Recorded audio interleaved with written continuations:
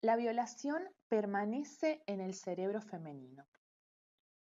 En opinión de trabajadores sociales, terapeutas corporales y médicos a los que he entrevistado, así como según algunas recientes y novedosas investigaciones, la violación puede provocar cambios complejos y de larga duración en los sistemas cerebrales y corporales femeninos.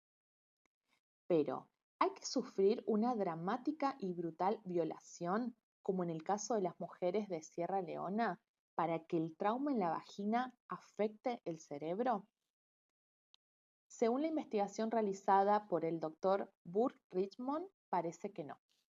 El Dr. Richmond es un neurólogo que trabaja en la Universidad de Wisconsin-Madison, especializado en otolaringología. Richmond estudia problemas neurológicos como el mareo crónico, el vértigo, la sensación de pérdida de equilibrio y los acúfenos, zumbidos crónicos en los oídos. También tiene un consultorio donde visita pacientes, en su mayoría mujeres, que sufren este tipo de trastornos y otros relacionados. Sus investigaciones sobre trastornos en la percepción han demostrado que tanto la violación como el abuso sexual infantil dejan huellas en el cerebro y en el cuerpo de las mujeres. Conocí al Dr. Richmond en el verano de 2010, en el barco de un amigo mutuo mientras sus 3 vivarachos hijos jugaban en cubierta. Richmond, que es médico y tiene unos 40 años, ingenioso pero serio, de pelo oscuro y expresión centrada, me dijo que un desproporcionado número de sus pacientes mujeres que sufrían problemas de equilibrio tenían antecedentes de violación o de agresiones sexuales. Esos problemas de equilibrio a menudo duraban años después de las agresiones. Había llegado a la conclusión de que, aunque la causación todavía no se había demostrado, sus pruebas en aquel momento eran anecdóticas. La incidencia de la correlación entre pacientes con problemas de equilibrio y pacientes con antecedentes de violación o agresiones sexuales era lo bastante alta para ser estadísticamente significativa y merecer una investigación adicional. Su descripción de la violación como algo que al parecer afectaba literalmente la capacidad de algunas de sus pacientes femeninas para mantenerse en pie me fascinó tanto que estuve hablando con él 2 horas, sin darme cuenta del magnífico sol ni de los amarillos y grises acantilados que se hundían en el mar en la distancia. Sus hallazgos me confirmaron algo que yo había notado en mis 10 años de enseñanza oral, dando conferencias y haciendo presentaciones públicas. En el Woodhull Institute, una academia pionera para mujeres jóvenes de la que fui cofundadora. La formación que yo impartía consistía en parte en enseñar a las jóvenes a mantenerse erguidas, a mantenerse firmes mientras hablaban. Es decir, aprendían a estar en un espacio de poco más de 1 metro en un escenario imaginado. Una vez tras otra, a lo largo de muchos años de experiencia, me daba cuenta que una minoría de chicas jóvenes eran verdaderamente incapaces de permanecer de pie y por mucho que lo desearan, no podían quedarse quietas, rectas y erguidas. Se balanceaban imperceptiblemente de un lado a otro. Los hombros de esas mismas chicas parecía que se rindieran bajo mis manos, improvisto de la resistencia natural que presentaban los hombros de otras de las chicas cuando yo corregía su postura. Para terminar, ese mismo conjunto de jóvenes tenía que tener una voz oprimida. La tensión en la laringe a menudo hacía que su voz sonase aguda e infantil. Cuando practicábamos ejercicios de voz para abrir la garganta y el diafragma, había 2 cosas que pasaban casi siempre. Su voz se hacía más profunda y conseguía un registro más natural y más autoritario. y poco después estallaban en unos sollozos incontenibles. A menudo estas jóvenes, después de haber llorado profundamente y también de haber conseguido realizar con éxito el ejercicio de hablar en público con su nueva voz y con su garganta y su pecho abierto, mostraban una sorprendente transformación. Aparecía en ellas un resplandor, un brillo, una nueva autenticidad y vitalidad, como si acabaran de enfocarse. Siempre resultaba que las jóvenes que presentaban aquella serie de síntomas habían sufrido agresiones en su infancia o durante la adolescencia, o las habían violado. Me di cuenta de que aquel conjunto de síntomas era muy diferente de que presentaban muchas otras de las chicas que teníamos en nuestros cursos y que también habían sido víctimas de traumas igualmente graves, pero no de carácter sexual. Por eso me quedé atónita cuando el doctor Richmond me contó que sus hallazgos revelaban que las pacientes de su consulta no eran capaces literalmente de resistir un empujón. También presentaban elevados índices de agresiones sexuales o violaciones en sus antecedentes. Algunas de sus pacientes, según me contó, llegaban a la consulta con un síntoma llamado balanceo postural fóbico, que significa que se produce un balanceo en condiciones de estrés y pérdida del equilibrio con mucha facilidad. Otras acudían con trastorno de conversión de la marcha, en los que la marcha sufre alteraciones, aunque físicamente no suceda nada patológico. Otras experimentaban vértigo visual, lo cual equivale a sentirse mareado sin ninguna razón aparente. Otro síntoma que descubrió que se presentaba junto con los antecedentes de violación era la sensación de caerse continuamente o las náuseas matinales. Cuando tengo un grupo de mujeres que he comprobado que se caen con facilidad, al someterlas a una prueba en la que las empujo, les pregunto sobre antecedentes de abusos sexuales y a menudo ahí están. Eso no es una tendencia. No hago esta pregunta a todas mis pacientes. Es decir, no hago la pregunta a las mujeres que no presentan esos síntomas, si han sido víctimas de abusos sexuales. Pero es útil preguntar sobre abusos sexuales cuando esos síntomas se presentan, porque eso puede llevar a una prueba diagnóstica correcta. Así que a las supervivientes de violación y abusos sexuales es más fácil empujarlas y hacerles caer, le pregunté. Sí, me confirmó el doctor Richmond. Si les pido a esas mujeres que cierren los ojos y permanezcan de pie, se balancean un poco. La mayoría nos balanceamos de un modo perceptible. En general, cuando empujamos ligeramente a alguien, la persona no se cae, sino que resiste. No se ladeará ostensiblemente o se caerá, ni perderá mucho el equilibrio. Pero estas mujeres sí, si las empujas ligeramente, pierden el equilibrio y hay que sostenerlas. Es una reacción física desproporcionada que no concuerda con su funcionamiento físico. Tienen una fuerza normal, reflejos normales, funcionamiento físico normal. No presentan déficits neurológicos objetivos. No hay lesiones vestibulares ni otro tipo de lesiones cerebrales que podrían ser causa de estos descubrimientos, por ejemplo. Esas mujeres no presentan ninguna evidencia física de problemas neurológicos, pero su cuerpo reacciona como si los tuvieran. Una vez que les he dado la instrucción de resistir, dice el doctor, refiriéndose a sus pacientes traumatizadas, las puedo empujar con más fuerza y resisten, firmes como una roca. Eso me dejó perpleja. Cuando a una superviviente de violación se le dice que resista, su cuerpo reacciona de forma diferente. Entonces es algo de cuerpo y mente. Exactamente. Por si sirve de algo, supongo que mi papel como médico y autoridad les permite resistir.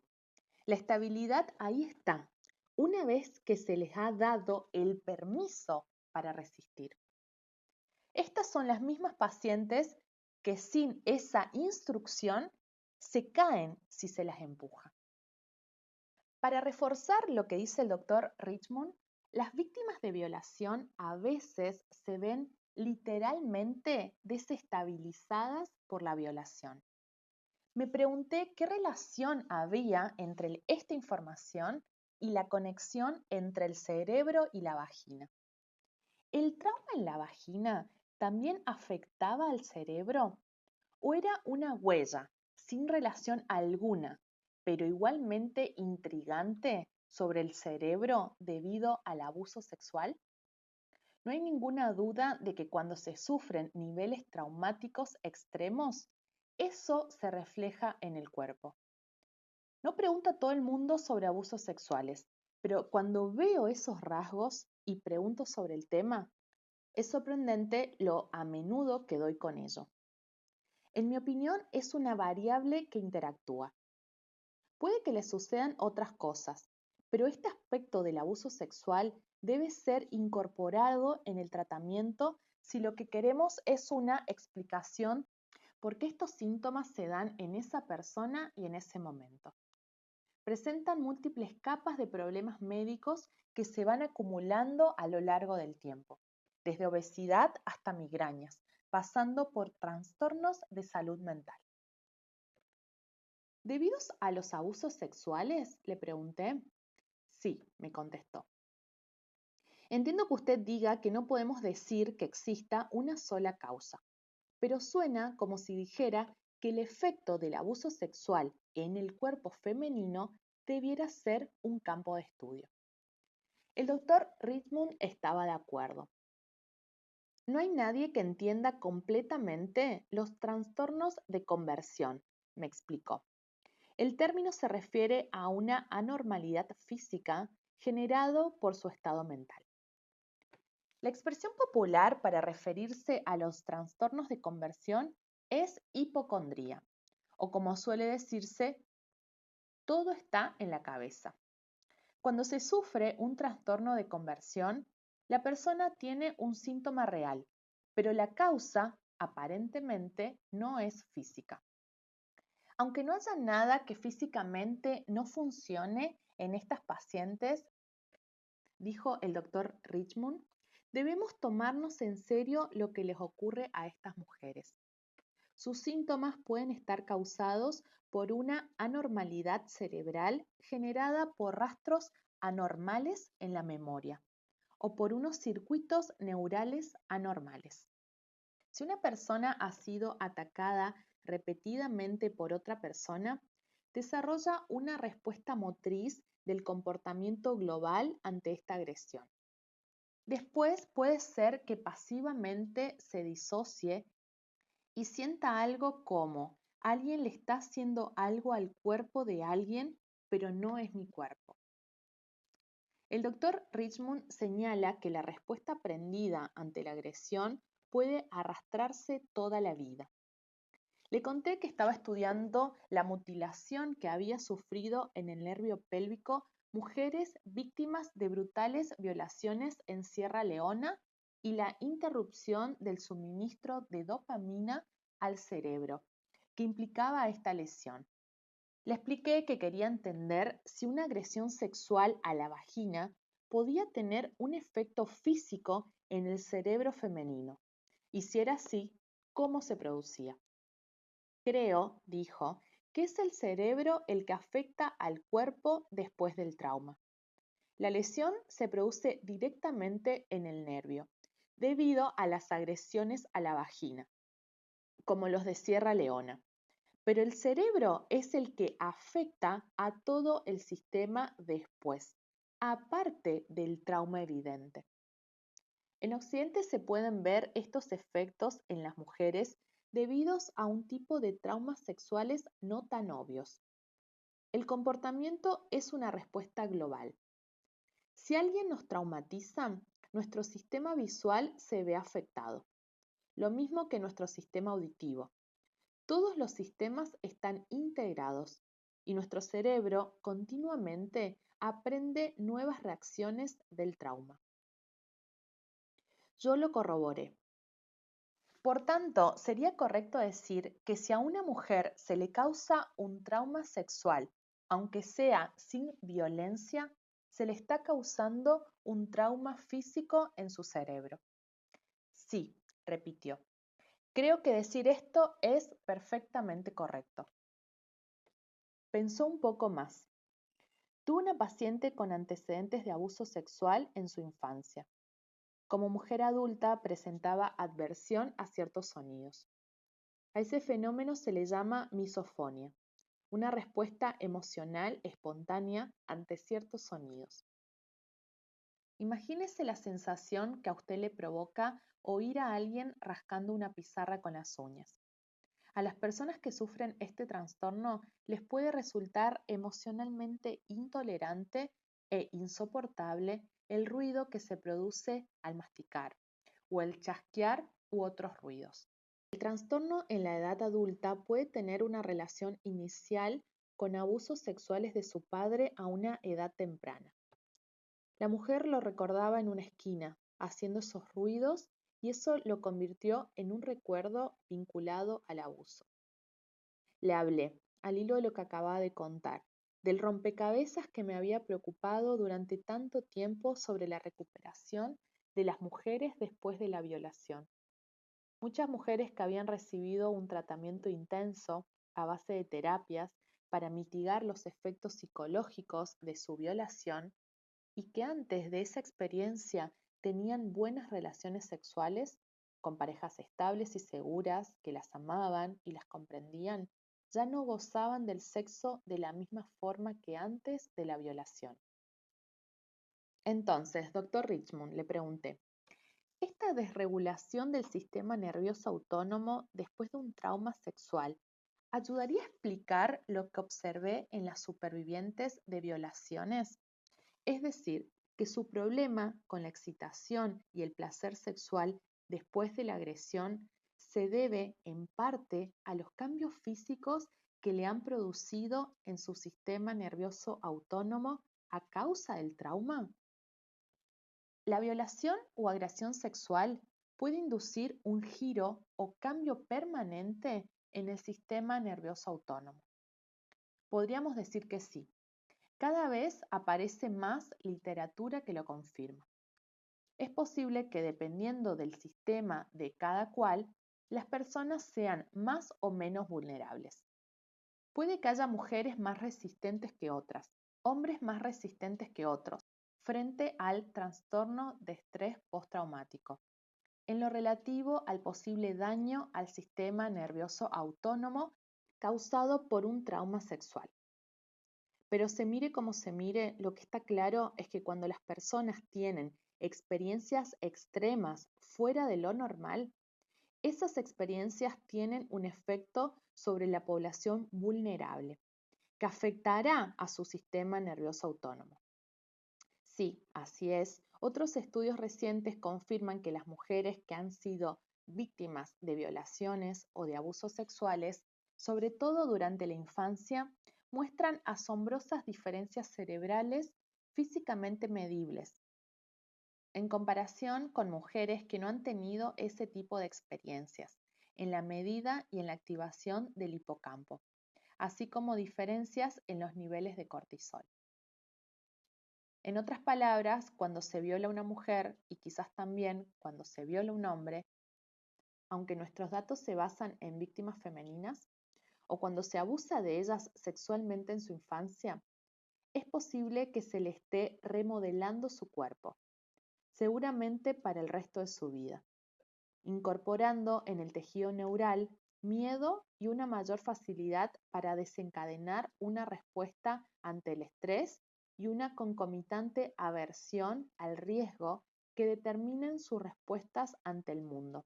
Y como veremos, en el caso de cambios en el hipocampo, puede incluso llegar a interrumpir su capacidad para procesar la memoria reciente de tal modo que podría reforzar su sentido del yo. Por lo menos una de las pacientes del Dr. Richmond presentaba un síntoma vocal relacionado con su trauma sexual. Tengo un caso muy interesante, me dijo. Al parecer, esta paciente tenía episodios de afasias en la expresión oral. Durante largos periodos de tiempo, era totalmente incapaz de hablar. Fue víctima de terribles abusos antes de los 2 años, en la etapa preverbal. La respuesta física del comportamiento de esta mujer en su edad adulta, en condiciones de estrés, era una regresión a ese estado preverbal. Un amplio estudio ha confirmado que muchos problemas de salud, aparentemente no relacionados con la violación original, siguen a un delito sexual. Ronnie Cary Rabin, autor del artículo, casi 1 de cada 5 mujeres en la encuesta de Estados Unidos dice haber sufrido agresiones sexuales. Publicado en The New York Times, informa sobre los múltiples problemas de salud que pueden seguir a una violación. La encuesta nacional sobre pareja íntima y violencia sexual, encargada por el Instituto Nacional de Justicia y el Departamento de Defensa, según escribe Ronnie, estudió a 16.507 personas adultas. Una tercera parte de las mujeres dijo haber sido víctima de una violación, de golpes o de acosos o de diferentes agresiones combinadas. En su estudio, la violación se define como penetración completa forzada, penetración forzada facilitada por drogas o alcohol, o intento de penetración forzada. Según esta definición, 1,3 millones de mujeres americanas pueden ser víctimas de violación o de intento de violación anualmente. Según el mismo estudio, 1 de cada 71 hombres ha sufrido violación. Una gran mayoría de mujeres que dicen haber sido víctimas de violencia sexual, de violencia o de acoso, informaron de síntomas de trastorno por estrés postraumático. Hay otros problemas de salud sorprendentes y aparentemente no relacionados que tienen una correlación con las agresiones sexuales. Las mujeres que habían sufrido agresiones sexuales, en comparación con las mujeres que no han tenido ese tipo de experiencias, presentaban índices más elevados de asma, diabetes, síndrome de intestino irritable, dolor de cabeza, dolor crónico, dificultades para dormir, limitaciones en la movilidad y una salud pobre en general, así como índices más altos en problemas de salud mental. Este vínculo entre las agresiones sexuales y otros problemas de salud crónicos en otros sistemas corporales, aparentemente sin relación alguna con las agresiones, confirma los hallazgos de estudios de menor envergadura realizados por Lisa James, directora de salud de una organización sin afán de lucro denominada Futures Without Violence. También los datos que aporta sugieren que incluso un único acto de violencia sexual puede afectar de manera crónica a la víctima, provocándole problemas de salud aparentemente sin ninguna relación con la agresión. Entonces, ¿todas las violaciones son una agresión sexual o una neurosis masculina? ¿O puede que la sostenida presencia cultural de la violación también tenga que ver, o incluso solo tenga que ver, con reprogramar a las mujeres a un nivel físico básico, para que sean menos valientes, menos seguras o menos fuertes en otros sentidos, y para que durante el resto de su vida potencialmente tengan un sentido del yo menos estable? Al cabo de muy poco, leí un libro de un especialista en trabajo energético llamado Tammy Lynn Kent y entrevisté a mi propia ginecóloga, la doctora Coady. Todos me describieron una opresión en la musculatura de la vagina como respuesta al trauma que la doctora Coady identificó como vaginismo. Kent señaló que la constricción del músculo vaginal puede dar lugar a otro tipo de desequilibrios en las demás partes del cuerpo y calificó de vaginas oprimidas las de las mujeres que creen que están tensas emocionalmente. Mujeres que a menudo resulta que han tenido vergüenza sexual o experiencias peores en su pasado. Katrin Kakuls es una osteópata craneal con mucha experiencia que trabaja en Manhattan, en la Cranial Osteopathic Approach. Kakuls cura a mujeres mediante un trabajo vaginal no sexual, entre otros tratamientos. ¿Estás segura de que la emoción afecta a la sensibilidad vaginal y su tono muscular y que hasta puede exacerbar patologías vaginales y de otro tipo?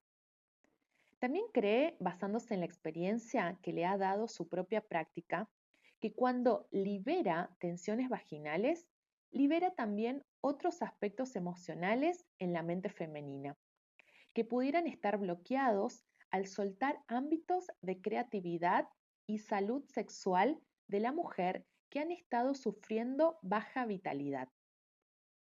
Tammy Lincoln, autora del superventas de culto Will Feminine, se dedica a trabajar el cuerpo realizando masajes no sexuales en la vagina. Tammy tiene un grupo de seguidores que comparten sus mismas creencias y trabajan en el mismo terreno. Su punto de vista es que diferentes partes de la vagina alojan diferentes tipos de emociones bloqueadas y que dichas emociones pueden liberarse mediante una manipulación interna. Entrevisté a varias clientas de trabajadoras corporales especializadas en masajes vaginales no sexuales o ajustes osteopáticos. Y muchas de ellas me dijeron que el tratamiento íntimo y no convencional había conseguido curaciones emocionales dignas de tenerse en cuenta. Evidentemente, todo lo que hasta hace muy poco se hubiera considerado al límite de la práctica médica formal. Pero la medicina y la ciencia admiten en algunos lugares las pruebas anecdóticas de los osteópatas craneales y de los trabajadores corporales. Los investigadores Young et al., como veremos, han descubierto recientemente que el estrés y el trauma afectan el funcionamiento de la vagina. Parece ser, le comenté al doctor Richmond, que las mujeres con síntomas que pueden ser consecuencia de abusos sexuales se ven marginadas por los profesionales de la medicina, que las califican de histéricas si no existe una causa física. Eso si los psiquiatras no las patologizaban como chifladas. Sí, muchas mujeres le dirán eso, me respondió. Las mujeres no quieren oír decir a los médicos que todo el problema está en su cabeza. Y en ese mismo sentido, a muchas le da pánico acudir al psiquiatra porque temen que las tilden de locas debido a sus síntomas, cuando ellas saben que no lo están, tal como nos demuestra el campo de la neuropsicoinmunología, cada vez más extenso. Las conexiones entre mente y cuerpo son muy reales. Hoy la ciencia está desarrollando herramientas para demostrar objetivamente estos cambios y reflejar nuestros mayores conocimientos sobre las complejas respuestas de mente y cuerpo, cómo se establece la memoria funcionalmente y las respuestas físicas que siguen. Para mí es fácil decir, todo el problema está en su cabeza, concluyó. Es decir, que todo lo neurológico es real y además también puede estar en nuestra cabeza. Lo que el doctor Richmond consideraba anécdotas se ha documentado ya en estudios recientes. Existen cada vez más pruebas, aunque sean aún preliminares, de que la violación y los traumas sexuales en la infancia pueden efectivamente quedarse en el cuerpo, incluso quedarse en la vagina y cambiar el cuerpo a un nivel muy íntimo, sistémico. La repercusión es posible, pero el tratamiento debería ser especializado. La violación y los abusos sexuales en las primeras fases de la vida pueden cambiar permanentemente el funcionamiento del sistema nervioso simpático, tan crucial para la excitación sexual femenina. Y si la mujer no recibe el tratamiento adecuado, puede ver alterada para siempre su forma de respirar, su ritmo cardíaco, su presión sanguínea y sus reacciones de sobresalto, de un modo completamente independiente de cualquier control consciente. Como mínimo, un gran estudio realizado en 2006 confirma que el trauma por abuso sexual no solo puede desregular el SNS, creando, como vio el doctor Richmond, una referencia de la activación del SNS, permanentemente más elevada en las mujeres traumatizadas sexualmente, sino también hacer que la vagina responda de una forma diferente, con menos eficacia, con menos congestión, al ejercicio e incluso a la forma en que los sujetos ven el material erótico. Los investigadoras Alexandra Regini y Cindy Meston, cuando ambas estaban en la Facultad de Psicología de la Universidad de Texas, confirmaron que el trauma sexual durante la infancia puede afectar y dañar no solo la psicología, también la fisiología de la vagina y de la excitación sexual femenina, incluso años después de haber sufrido el trauma. Las investigadoras comprobaron el nivel de cortisol de la saliva de mujeres, aumentaron sus reacciones del SNS mediante ejercicio y luego les mostraron videos eróticos.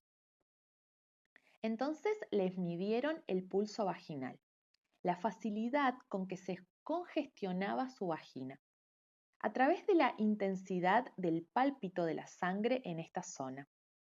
Regini y Meston encontraron diferencias significativas en las medidas del pulso vaginal entre las mujeres con traumas por abusos sexuales en su vida en comparación con mujeres que nunca habían sido víctimas de abusos sexuales.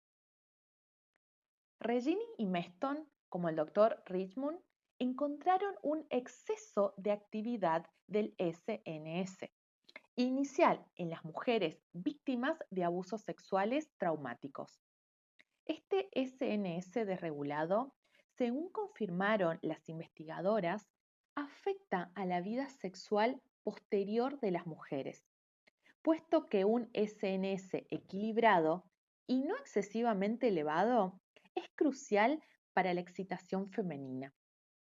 Las mujeres con antecedentes de abuso sexual muestran una actividad del SNS de partida o en reposo más alta, según descubrieron las autoras, lo que confirma los hallazgos de otras investigaciones.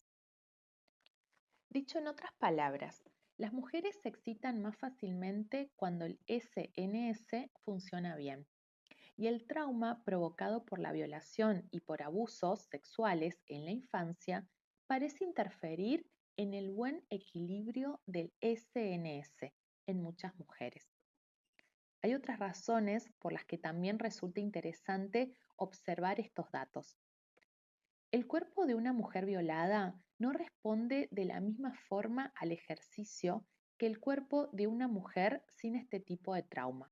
Existe una notable diferencia de peso entre las mujeres del experimento que tenían antecedentes de abusos y las que no lo tenían.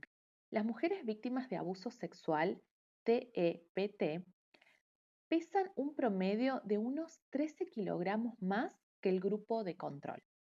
Es cierto que la diferencia puede explicarse por muchos factores, pero merecería más investigaciones.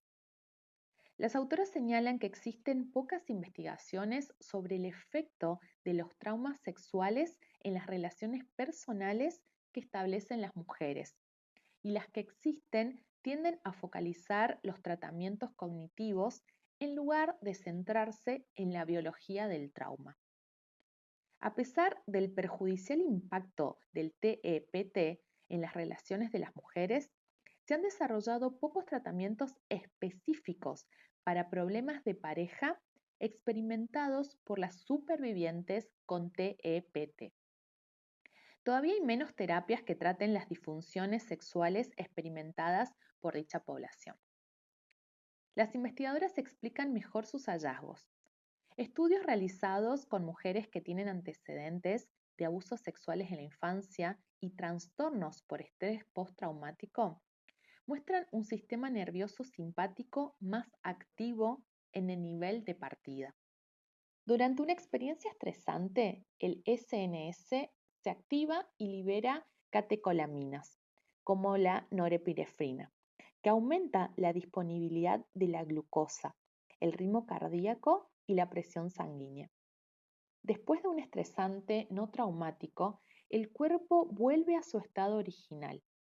Sin embargo, después de un trauma, la homeostasis del individuo a menudo se altera, lo cual se asocia al desarrollo de TEPT. La literatura sobre veteranos de guerra y adultos supervivientes de maltratos infantiles muestran que los niveles iniciales de la actividad del SNS son más altos en los supervivientes de traumas con TEPT que en las mujeres sanas del grupo de control. Todos hemos visto películas sobre veteranos de guerra que a causa de una deflagración se asustan tanto que entran en un estado de palpitaciones cardíacas e hiperventilación. Las personas supervivientes traumatizadas por violación y abusos sexuales en la infancia muestran, según parece en este estudio, el mismo tipo de desregulación crónica generalizada del sistema responsable de la respiración, el ritmo cardíaco y la presión sanguínea. En las mujeres con TEPT también aparecen deficiencias en el eje hipotalámico hipofisiario adrenal, HHA. Estas deficiencias incluyen elevados niveles de la hormona adrenocorticotrópica, HACT, niveles bajos de cortisol y una regulación decreciente en los receptores glucocorticoides. Unos niveles bajos de cortisol pueden causar una excesiva actividad del SNS, que a su vez puede provocar un exceso de gasto energético y un ajuste mal adaptativo a los factores estresantes posteriores. Quizás esta sea la misma desregulación y sobreactivación en la respuesta al estrés a las que refería el doctor Richmond. Él y otros han vinculado esa elevada activación del SNS a muchos problemas de salud que aparentemente no están relacionados con el trauma sexual original, desde vértigo hasta problemas de control motor, problema de procesamiento visual, presión sanguínea alta y una respuesta exagerada de sobresalto. Traducción. Las mujeres que han sufrido un trauma sexual experimentan cambios cerebrales que dañan el sistema corporal que regula la reacción ante el estrés.